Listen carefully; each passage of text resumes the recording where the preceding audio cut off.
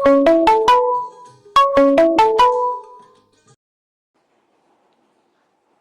Sir, बोला की.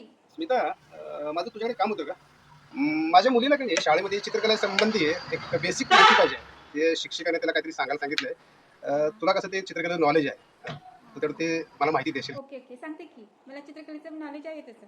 बरं. मग चित्रकलेमध्ये बेसिक म्हणजे काय असतं? आता आपल्याला नॉलेज जाणायचं असेल तर कोणत्याही चित्रात ना एक ड्रॉइंग म्हणून असतं. जे ड्रॉइंग समजून घ्यावं लागतं. त्यात जे फंडामेंटल्स असतील, त्यात जे प्रिन्सिपल असतील ते समजून घ्यावे लागतात. म्हणजे चित्रकलेचं बेसिक जर तुम्ही म्हणाल तर या 3 गोष्टी समजाव्या लागतील आपल्याला. या तिन्हीमुळेच आपलं चित्र तयार होतं.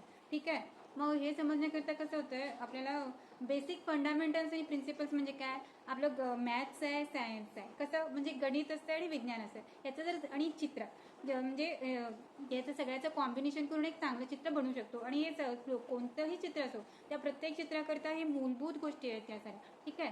मग आता ड्रॉइंग म्हणजे कसं येतं तुम्ही इतकंच सांगा तिला की ड्रॉइंग म्हणजे कसं आपल्या रेखाचित्र आपण काढतो जे रेषा वगैरे आपण काढून अगदी नॉर्मल लेवलला एखादं स्ट्रक्चर तयार करतो ना त्याचे अँगल्स म्हणजे त्याचे कोन वगैरे लाईन वगैरे रेषा अशा मारून वगैरे एक चित्र एक आकार वगैरे देतो आपण जे चित्र काढतो त्याला आपण चित्र म्हणतो त्याला ड्रॉइंग म्हणतो.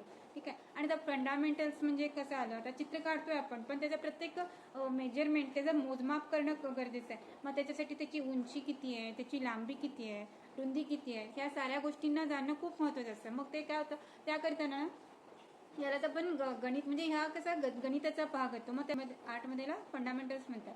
आणि प्रिन्सिपल्स म्हणजे काय रूल्स नियम वगैरे येतात. ठीक आहे. मग तिथे कसं येतं आपल्याला विज्ञान येतं. आता आपण म्हणजे विज्ञान आपण कोणतंही जसं आपण इकडे तिकडे पाहत असतो मग पाहत असताना कसं होतं आपण म्हणजे सूर्याची किरणी कोठून येत आहेत मग ते कोठून आली की आपल्या ज्या वस्तूवर पडतात तर त्याची सावली कोणत्या साईडला पडते किंवा एका सावली पडली तर ती किती लांब होईल किती उंच होईल की कोणत्या साईडला पडेल हे जाणून घेणं या साऱ्या किंवा आणखीन अशा बऱ्याच विज्ञानाशी निगडीत ज्या ज्या गोष्टी असतात त्या साऱ्यांना आपण जाणून घेऊन त्यांना चित्रात प्रदर्शित करता येणं यालाच आपण प्रिन्सिपल्स म्हणतो. ठीक आहे. मग प्रत्येक चित्रामध्ये त्याची उंची लांबी हे सगळं मोजमाप करेक्ट जाणं म्हणजे त्याला आपण प्रोपोर्शन म्हणतात. मग ते तो गणिताचा भाग येतो ते फंडामेंटल्स येतात.